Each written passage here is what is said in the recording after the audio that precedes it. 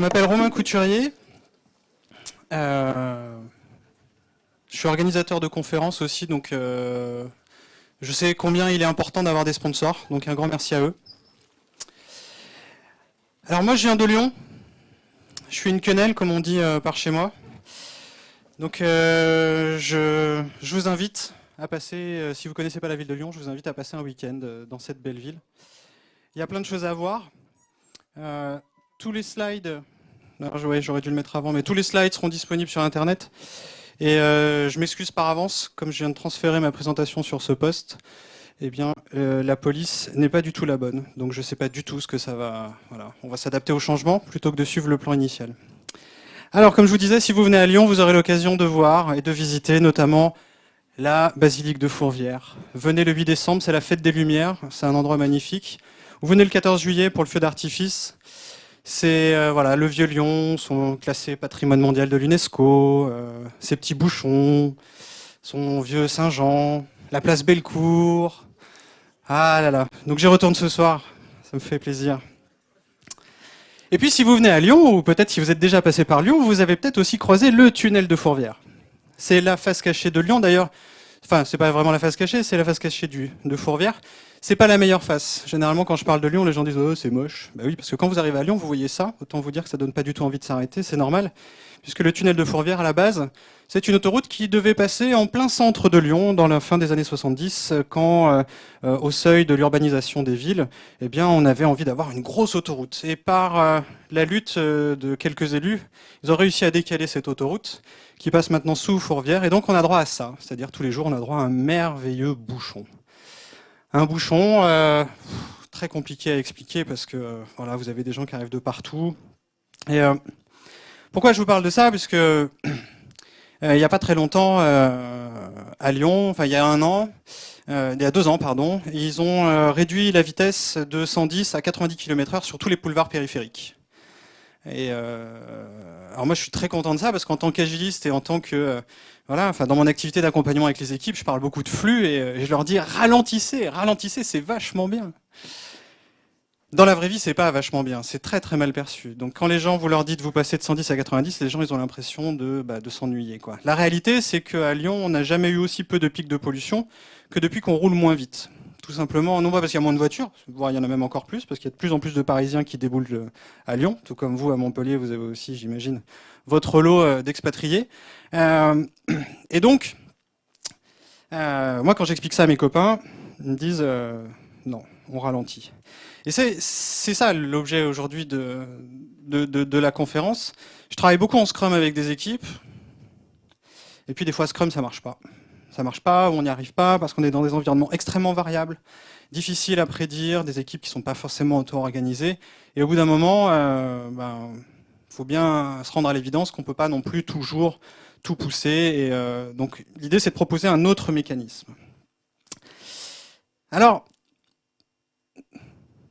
au début, je me suis dit, cool, Scrum, moi je suis un gros consommateur de nouvelles méthodes, mais c'est cool, du Kanban, je vais faire du Kanban. Donc j'ai démarré il y a 2 ans, et j'ai fait du Kanban. Alors le Kanban, je sais pas si vous le voyez, mais le Kanban, il est là. Moi, j'étais product owner dans cette équipe, on était dans une jeune start-up, et j'ai commencé à lire le bouquin de Laurent Morisseau, que je vous recommande, Kanban pour l'IT, qui est très très bien. Mais je l'avais pas lu encore à l'époque. Je me disais Kanban, c'est un tableau, donc j'ai pris un premier billet, et puis j'ai trouvé, je voulais sortir un petit peu des tableaux linéaires, donc j'ai fait des Kanban circulaires comme ça. Voilà. Et qu'est-ce qui circulait à l'intérieur de notre Kanban? Des histoires utilisateurs, parce qu'on était product owner. Et puis, c'est un Kanban pour rien, parce que ça nous a servi à rien. Ça nous a juste aidé à faire un beau tableau, mais on n'avait pas vraiment compris.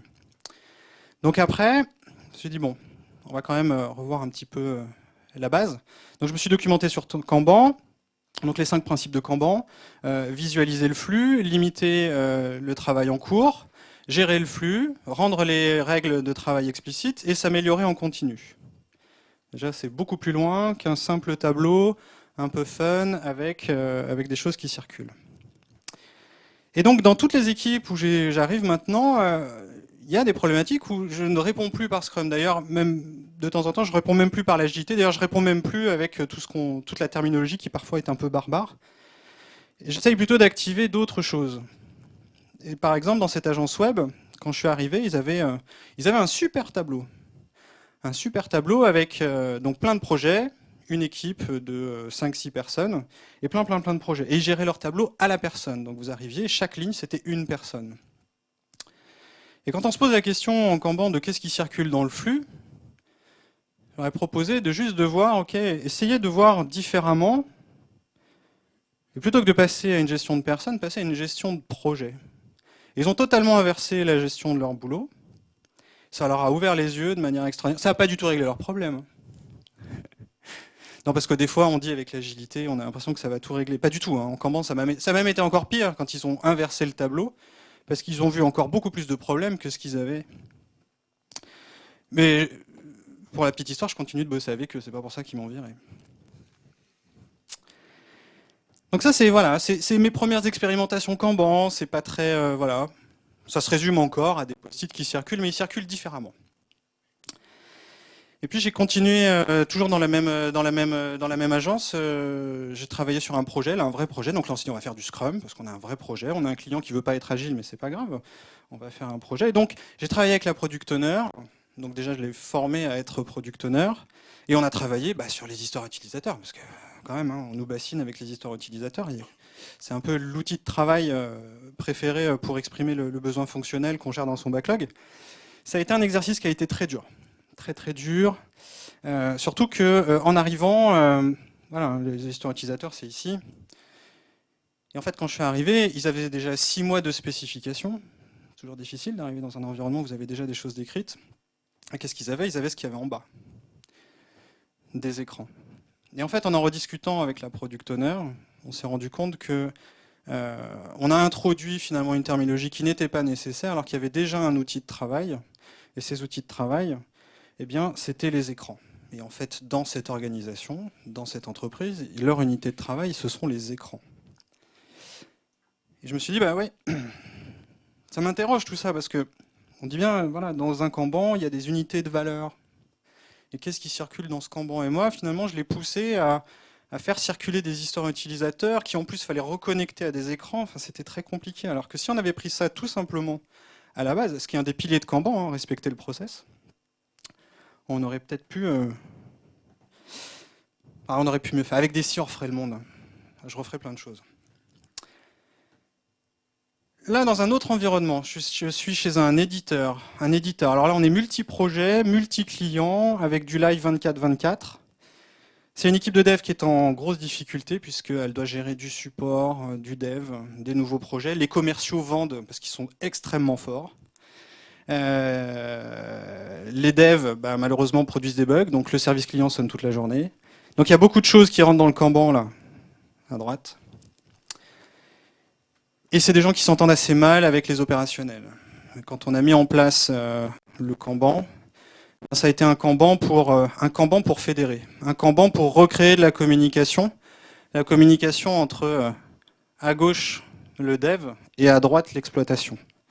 Et en quelques semaines, il s'est passé quelque chose de très simple, sans rien demander. C'est l'équipe de dev qui a monté son tableau. C'est elle qui a structuré le process de travail au-delà de son activité.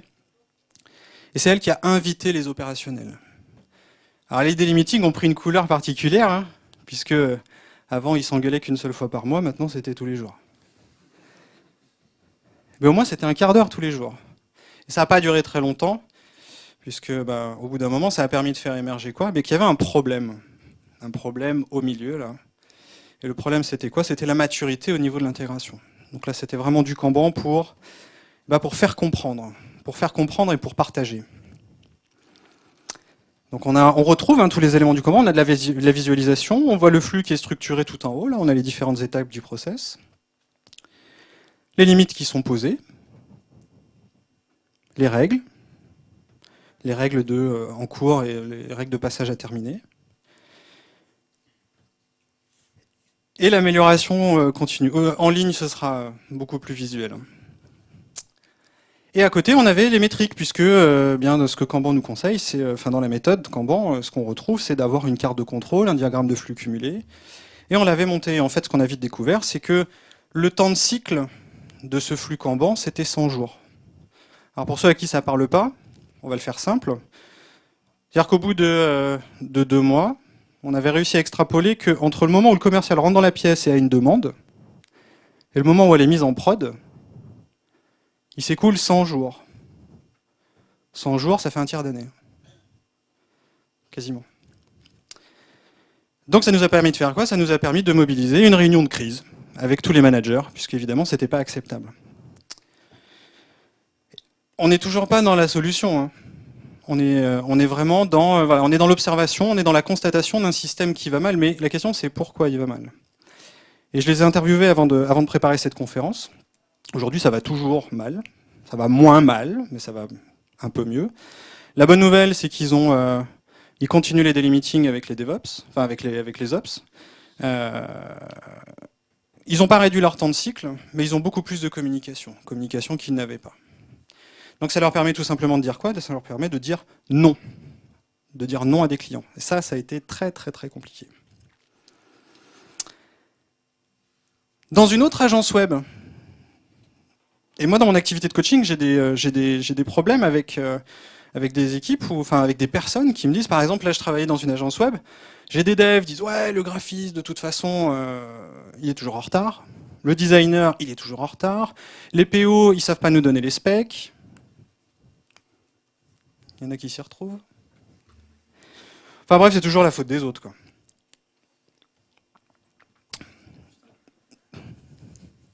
Donc on a pris les choses un petit peu différemment. J'ai pris les personnes une par une, puisque finalement on s'aperçoit que quand on dit le graphiste, c'est pas l'activité, hein, c'est le graphiste. Donc c'est la personne qui est en tort. La première chose que j'ai faite avec le graphiste, okay, on va s'abstraire, parce que potentiellement, bon, t'es tout seul, c'est juste une question de RH. Mais si si vous étiez 50, ce serait exactement la même chose. Donc plutôt que de voir l'activité en tant que voilà, j'ai à faire telle chose, s'interroger sur finalement quel est le process de travail. Ah, ça a été un peu compliqué pour le graphiste parce qu'un process de travail, pour quelqu'un qui est dans la création, c'est pas compatible, quoi. Moi je suis dans la création, je suis dans l'artistique. Donc on a essayé de réfléchir, c'est quoi ton boulot? Et finalement, quel est le dénominateur commun? Qu'est-ce qu'on te demande? Moi, ce qu'on me demande, ce sont des travaux d'ergonomie. Donc, ce que vous retrouvez à l'intérieur du tableau, là, ce sont des travaux d'ergonomie. C'est pas des stories. D'ailleurs, même moi, travail d'ergonomie, je suis pas techniquement compétent pour dire ce que ça veut dire. Par contre, je l'ai aidé à construire son flux. Et son flux, donc vous avez les activités en haut. Et ce qui est intéressant, c'est que dans son flux, il a découvert que, il y avait des étapes où il n'était pas positionné, où il ne pouvait pas agir. Par exemple, la validation cliente. Et je l'ai laissé faire comme ça. Je l'ai laissé faire pendant 2 mois. Et au bout de 2 mois, il avait transformé son tableau tout seul comme un grand, parce que finalement, faire un tableau avec un flux, ça lui allait très bien. Et il a commencé à stocker. Oh. Les clients, en attente de validation cliente. Mais moi, je peux rien faire. Je peux pas valider à la place de mes clients. Non. Mais qu'est-ce que tu peux faire au-delà de ça? Je peux le rappeler. D'accord? Tu l'as déjà rappelé? Non. Prendre le téléphone, rappeler un client, c'était pas connu. Et quand il faut le rappeler? Trop tôt, trop tard? Là, c'est lui qui décide. Donc là, on est vraiment sur la prise d'autonomie. J'ai fait exactement le même travail avec le web designer. Alors lui, c'était encore pire parce qu'il ne savait pas s'il était dans l'équipe de dev. D'ailleurs, l'équipe de dev l'avait rejeté.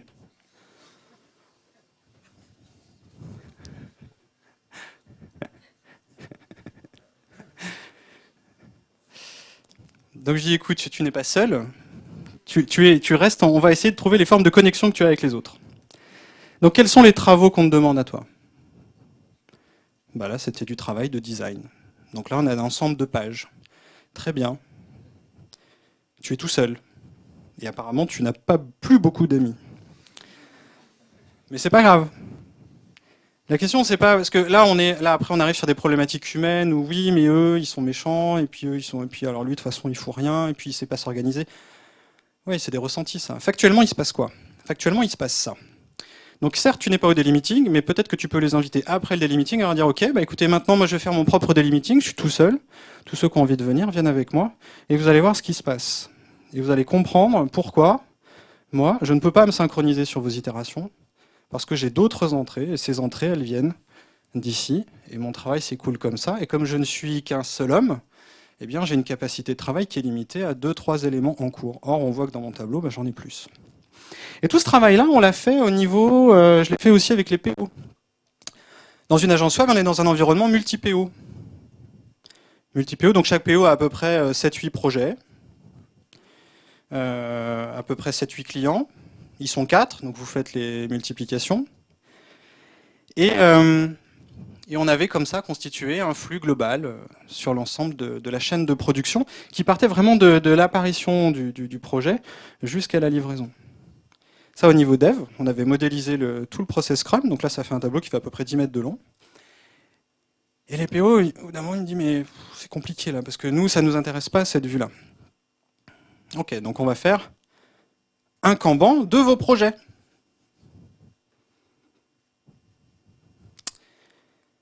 Alors en fait, c'est pas un Kanban de projet, parce que la notion de projet n'existe pas. Eux, ils travaillent en version. Et en fait, c'est un environnement, on est dans une agence web, il y a multi-concurrents, donc l'objectif, c'est de produire très très vite. Donc là, je vous présente Gaël. Je ne sais pas si vous le voyez bien. Gaël, on l'a invité à l'issue de la journée de travail pour constater, parce que Gaël, lui, dans le flux, il est là. Et Gaël, il vient juste de voir tout ce qui va lui arriver dessus. Et tout ce qui va lui arriver dessus, c'est tout ce qui est avant. Et on ne s'est pas tellement étonné finalement de voir que tous les développements n'avançaient pas, puisque chaque couleur correspond à un PO, et qu'il n'y a qu'une seule équipe, sachant que dans chaque équipe, vous avez qu'une seule, sachant qu'une équipe, c'est à peu près 1 voire 2 personnes, et chaque personne a des compétences différentes. Donc on a des goulets d'étranglement, on a des commerciaux qui sont extrêmement puissants, extrêmement forts, qui arrivent véritablement voilà, à tirer du projet. Sauf que Gaël, lui, il voit qu'il est tout seul, et qu'il va véritablement galérer. Ça, il ne le savait pas. Et on est face à un vrai problème de priorisation, parce que quand on est dans un environnement multi-projet, multi-stories, multi-tout, avec un goulet d'étranglement qui est fort sur l'équipe, la question qui se pose, c'est « Ok, mais comment j'avance, moi ?» Je suis 4 PO, on est 4 PO, forcément, moi, en tant que PO, je vais tirer la couverture de mon côté, ce qui est un peu normal. Si tout le monde fait ça, la couverture, elle déchire. Donc, ce tableau, il nous a permis quoi? Eh bien, il nous a permis d'aller chercher la personne qui pouvait trancher. Comment prioriser? Et la personne toute désignée, c'est le manager. Le manager qui arrive. Ah bon, mais qu'est-ce qui se passe? Bah écoute, on a un problème. Mais je ne savais pas. Parce que le manager ne savait pas. C'est pas qu'il voulait pas savoir, c'est qu'il n'avait pas la visibilité. Enfin, la visibilité, il l'avait dans un Excel avec 50 colonnes, avec des trucs, tableaux croisés dynamiques dans tous les sens. Il n'avait pas ça. Et en fait, ça a été très facile de couper, parce qu'à partir du moment où vous demandez aux bonnes personnes qui ont la capacité de décider, qui veulent décider bien évidemment, eh bien ça solutionne les choses. Autre exemple, un peu plus récent, là c'est une équipe avec laquelle je travaille dans un célèbre institut de statistiques, où là je suis arrivé avec des PO, et là j'ai juste halluciné, puisque eux, tout naturellement, en fait, ils sont arrivés, ils se sont dit, écoute, nous pour nous organiser, c'est pas du Scrum, hein, donc on s'est fait notre propre tableau. Et là je suis arrivé, j'ai découvert ça. Mais vous faites du Kanban. Du quoi? Non, nous, on gère un projet. Ok, bon, ok. On oublie la partie Kanban. Mais ce que vous avez là, c'est juste de l'or en barre.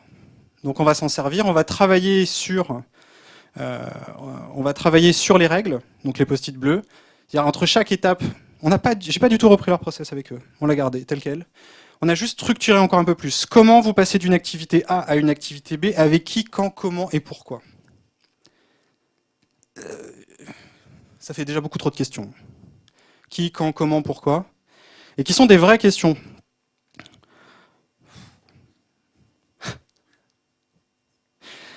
Et les questions, c'est quoi? C'est que bien à un moment donné dans le flux, il y a des zones sur lesquelles on ne peut pas exercer. Et le flux, là, il avait mal ici et ici. Et donc, on a pu convoquer une réunion de gouvernance. On a juste fait émerger le problème.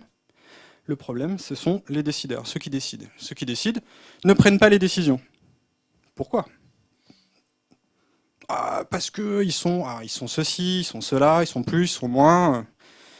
Ok, mais concrètement, qu'est-ce qui se passe? Vous leur avez posé la question. Et quand on a mis les décideurs ensemble, alors ils n'ont pas décidé. Donc on a vu qu'ils décidaient de ne pas décider. Mais au moins, après, on ne peut pas s'étonner qu'en aval du flux, eh bien, il y a des problèmes. Ça permet de cristalliser, ça permet de créer des moments qui sont factuels, des moments où on peut dire, voilà, on a une question à vous poser, pourquoi on vous la pose? Parce qu'ici, on est bloqué. Toute la réunion, on l'a conduite autour du tableau. Donc c'est une réunion de gouvernance pilotée par le tableau. Et après, les PO m'ont dit, mais attends, on ne fait pas que de l'informatique non plus. Nous, on a aussi un projet d'accompagnement, on forme des utilisateurs, donc on va avoir toute une activité post-projet là qu'il va falloir organiser. Très bien. Et là, j'étais complètement sec. J'ai pris toute ma batterie de jeu agile, je ne savais pas quoi prendre. J'ai essayé de faire un impact mapping. Ah, super, j'ai fait un impact mapping. C'est une espèce d'énorme carte mentale, donc j'avais encore plus de matière que ce qu'il m'avait donné, donc c'était encore pire, parce qu'on avait à peu près 150 post-it au tableau, qu'il fallait organiser, et tout simplement, on a essayé d'extraire les livrables. Donc on a fait ce premier atelier, et aujourd'hui, ils n'ont pas un, mais 4 Kanban, à différents niveaux, à différentes phases, différents process. Et ça, c'est un atelier que j'ai fait avec ma chérie il n'y a pas longtemps. Donc, elle en a un peu marre de voir des post-it partout, agile tout le temps. Enfin voilà, quoi. Juste, écoute, tu fais de l'agilité, moi je fais pas d'agile. Je ne suis pas dans un environnement agile. Par contre, un jour, elle est community manager, elle vient me voir et elle me dit là, je suis sur un projet de refonte. Elle est responsable des contenus éditoriaux, donc elle a 450 contenus.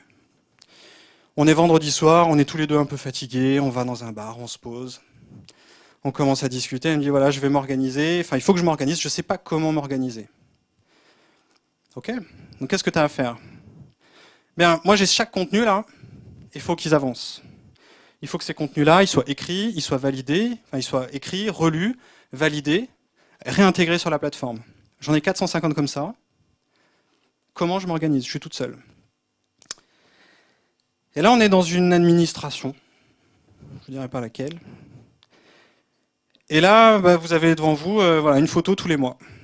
Donc il y avait 450 contenus, ça pouvait être fait en un mois à peu près. Donc en 6 mois, vous voyez que le travail n'est toujours pas terminé. Donc là, on est vraiment dans un mode où le Kanban sert, là, au risque d'hérisser certains poils, là c'est vraiment pour pousser. On parle beaucoup de Kanban pour avoir un flux tiré. Vous avez un flux tiré quand vous avez un flux qui bouge. Quand vous avez un flux stagnant, voire lent, eh bien l'idée c'est que ça avance. Et là, je ne vais pas parler de Kanban, on a pris une serviette de table, on a pris un crayon et on a dessiné son Kanban en 5 minutes et je vous montrerai après comment. Donc là, ça lui sert à quoi ce Kanban? Ça lui sert juste alors à faire marrer les copains quand ils viennent dans le bureau. Parce que quelqu'un qui s'amuse avec des post-it, c'est pas sérieux. Contrairement à tous les autres exemples, ça ne mobilise absolument personne autour du tableau. Donc on peut s'interroger sur l'intérêt qui est porté sur l'activité.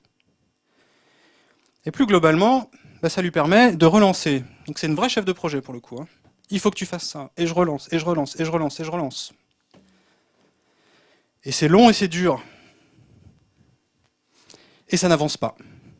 Et la question c'est pourquoi ça n'avance pas? Bien parce qu'il y a des problèmes structurants au niveau de l'équipe. Et là ça permet de les rendre concrets. Quand tu as une discussion avec son manager, quand tu as une discussion avec ses collègues, c'est écoute, je viens. Quand je te dis que c'est pas validé, viens, hop, je mets le nez devant. Ce n'est pas validé. Là, la deadline ici, c'est le 10 novembre. Il faut que ça avance. Je ne suis pas un expert du Kanban. Par contre, je sais qu'aujourd'hui, c'est un outil dont j'ai besoin. Et ce que j'avais envie de partager avec vous, c'est que le Kanban, c'est applicable à tous les domaines parce qu'aujourd'hui, c'est faisable. La question numéro 1 à se poser, c'est Kanban est un flux, mais au-delà du flux, c'est quoi? Qu'est-ce qui circule dans votre flux? Quel est le livrable? Posez-vous la question là. Prenez juste 30 secondes.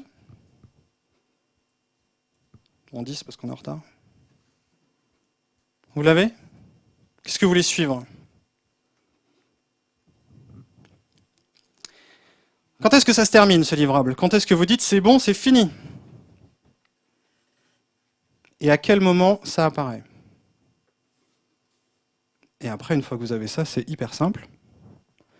L'idée, c'est de comprendre toutes les phases. Et là, j'insiste sur les activités. Personnellement, je ne suis pas du tout favorable à un Kanban où on montre les états, parce que les états ne montrent rien. L'idée, c'est d'associer une activité derrière. Donc une activité, c'est un verbe. C'est pas un adjectif.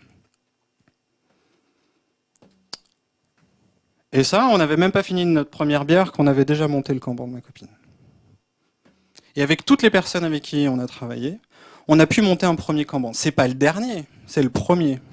Ce qui permet de voir, sur toutes les unités de valeur, comment ça fonctionne. Et il est bien là le sujet du Kanban. Le Kanban, c'est pas juste une nouvelle méthode pour faire bien, pour passer, pour changer et passer de Scrum à quelque chose d'autre parce que Scrum ça fonctionne pas ou pour X raisons. Et tout le périmètre de cette conférence, c'est ça, c'est vous proposer, vous partager, de vous aussi de monter votre propre Kanban, quel que soit votre métier, quelle que soit votre discipline, c'est complètement faisable. La première étape, c'est d'identifier la valeur. Cartographier votre chaîne de valeur et ensuite monter votre flux. Tout le reste, eh bien après, vous le trouverez dans les lectures annexes. Et là, vous pourrez parler d'amélioration continue. Là, vous pourrez aller chercher les goulets d'étranglement. Vous pourrez parler de tout un tas de choses.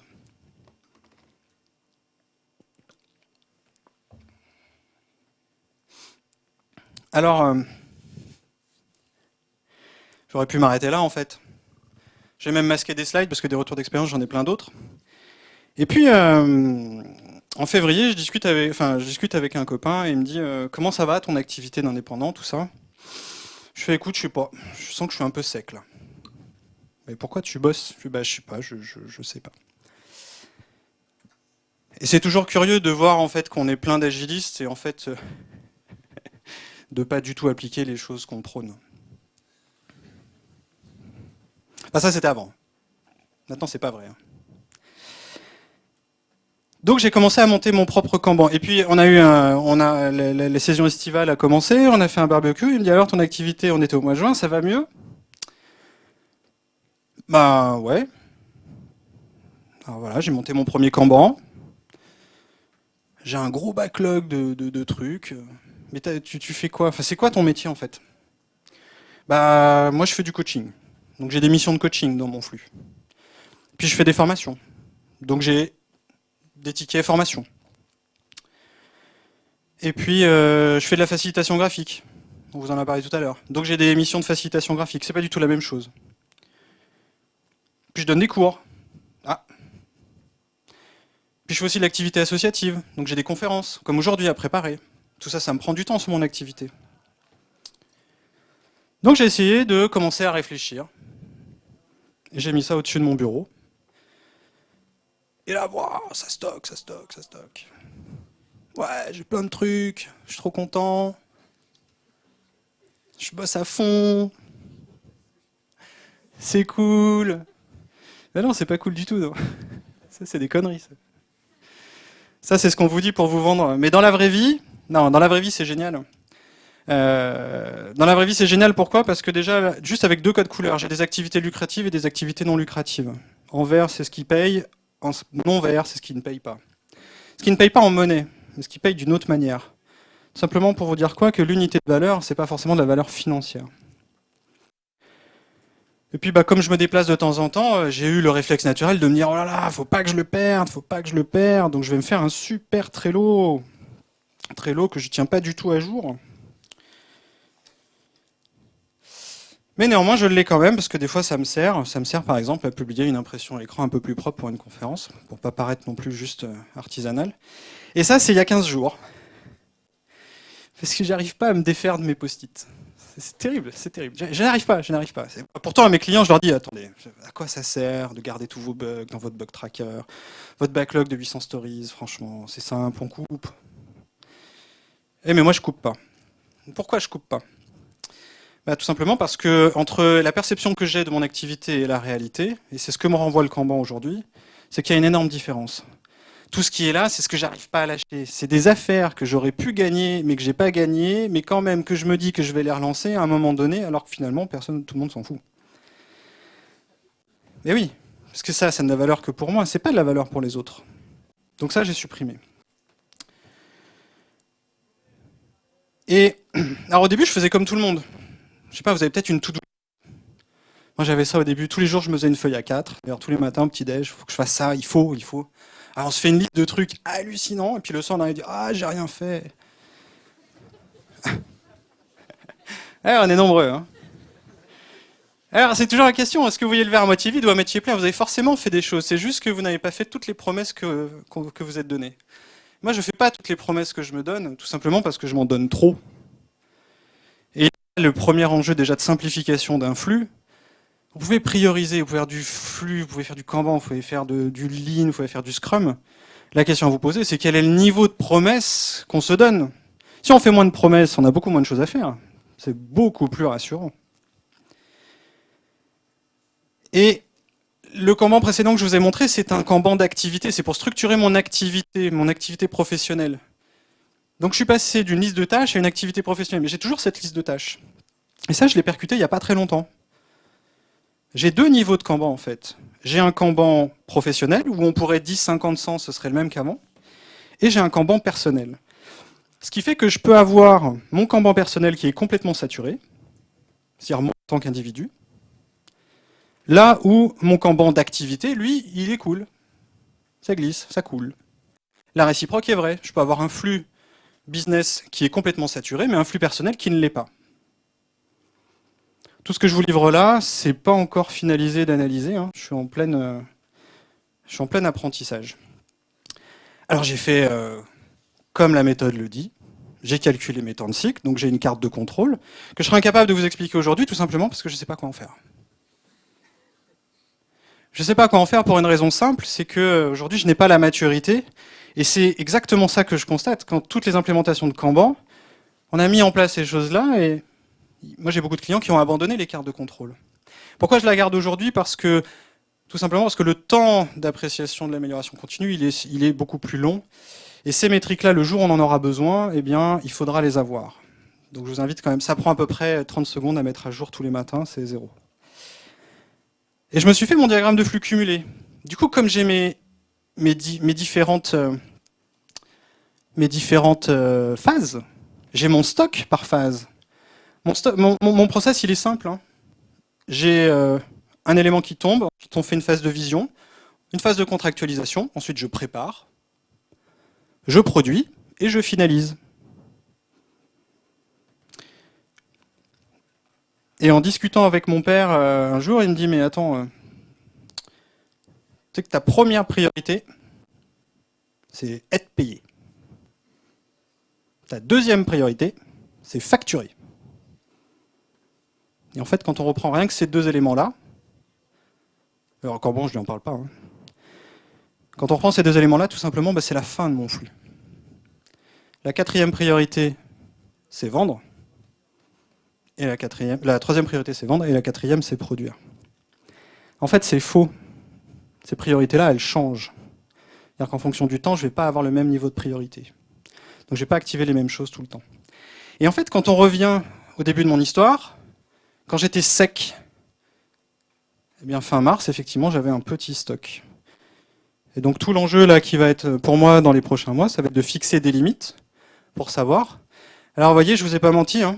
Vous voyez cette baisse là de stock, eh bien c'est tout le fameux stock, tous les post-it dont j'arrivais pas à me défaire. Donc j'ai éliminé mon stock mécaniquement. Donc ce qui reste, là j'ai un encours qui est actif, qui est véritable. Mais à la question, comment va ton activité? Économiquement, comment tu le vis bien? Je sais pas. T'en es où? T'as fait ton année? T'as pas fait ton année? T'es bien? T'es pas bien? Parce que tu bosses, c'est bien, mais...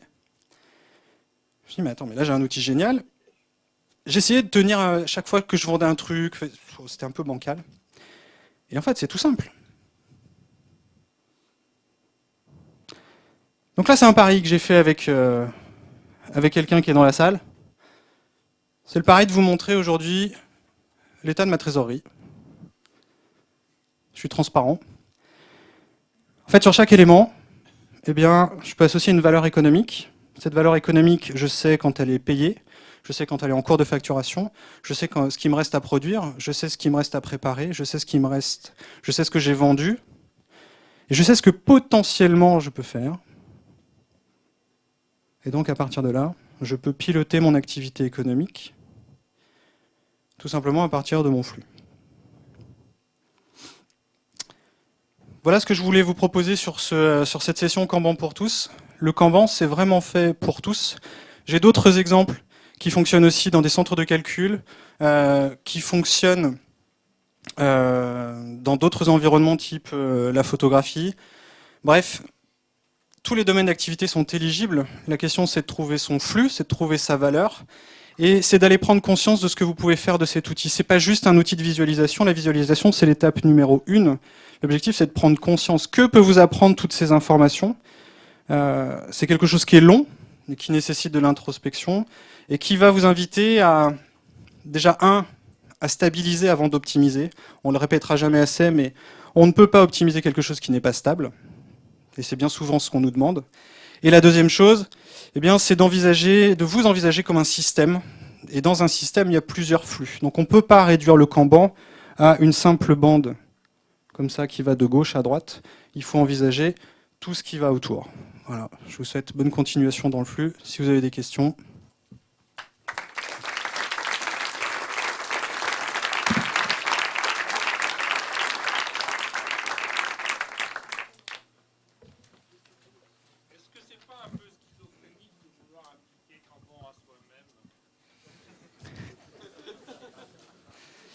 Ça l'a été au début, ouais. Ça l'a été au début parce que il faut déconnecter la personne de la société. Mais en fait, c'est plutôt salvateur. Parce que ça me permet justement de pas du tout, de mieux m'organiser. Moi, j'ai gagné beaucoup en organisation. À la base, je suis un mec extrêmement désorganisé, pour le faire poli, mais prioriser, je le fais tout le temps, mais je priorise tout le temps. Donc ça sert à rien de prioriser en permanence. Schizophrénique, non, et je considère que, et on est plusieurs à le faire, c'est que on ne peut pas enseigner et vivre les choses qu'on est en train de transmettre sans les avoir vécues et expérimentées. La réalité est qu'aujourd'hui, déployer du Kanban dans les organisations, c'est pas forcément accessible. Il n'y a qu'à voir aujourd'hui le nombre de formations Kanban qui sont malheureusement annulées parce que les gens ne voient pas encore à quoi ça sert. Donc moi, ça me permet de savoir, quand je parle de quelque chose, eh bien, de pouvoir dire, ok, je sais de quoi je parle. Parce qu'aujourd'hui, c'est comme Scrum, il y en a plein qui vous parleront de Scrum, qui l'auront jamais vécu. C'est un peu la même chose. Ça répond à votre question? Oui? Oui? Le livre en violet, c'est Rupture 12.2. C'est un recueil d'histoires d'agilistes, d'histoires de transformation. Moi, j'ai eu la chance d'être parmi les contributeurs où j'y parle de rétrospective et d'amélioration continue. Je crois que il y a d'autres gens qui sont là, il y a d'autres gens bien qui aussi écrivent là-dedans. C'est intéressant pour vous donner de la perspective par rapport à ce qui se donne, à ce qui se fait.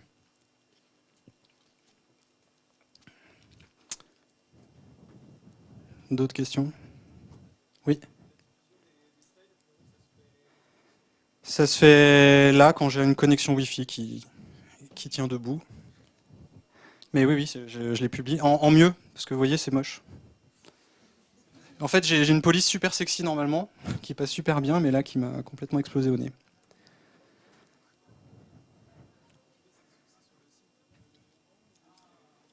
Je sais pas, en tout cas, ce sera sur mon blog, ce sera sur talondagile.fr, et ce sera sur le site de l'événement.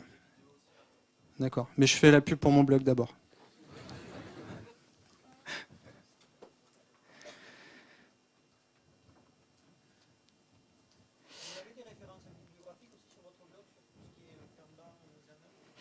J'en mettrai, si je ne l'ai pas finalisé, c'est le dernier slide, mais je mettrai tous les livres blancs desquels je me suis inspiré, toutes les lectures qui sont disponibles. Il y a d'excellentes lectures au pluriel libres, beaucoup en anglais, donc si vous n'êtes pas allergique à l'anglais. Donc je mettrai tout ça effectivement ce sera dans les liens. Je vois qu'il y a déjà des personnes qui s'en vont. Je ne sais pas si on a encore quelques minutes, les orgas. Oui, non? On termine. Alors, j'ai toujours l'habitude de terminer les conférences comme ça. Moi, j'ai qu'un seul moyen de m'améliorer, c'est d'avoir votre feedback. Donc, je ne sais pas si vous avez un post-it qui traîne dans votre poche, même s'il colle pas, c'est pas grave. Un stylo. Je suis preneur de tout ce que vous avez aimé, de tout ce que vous n'avez pas aimé, de toutes les idées que vous avez, que vous pouvez me suggérer pour améliorer le contenu de cette session. D'avance, un grand merci pour vos retours, voilà, et merci de contribuer à mon amélioration continue. Sur ce, je vous souhaite une bonne fin de journée. Agile Tour Montpellier.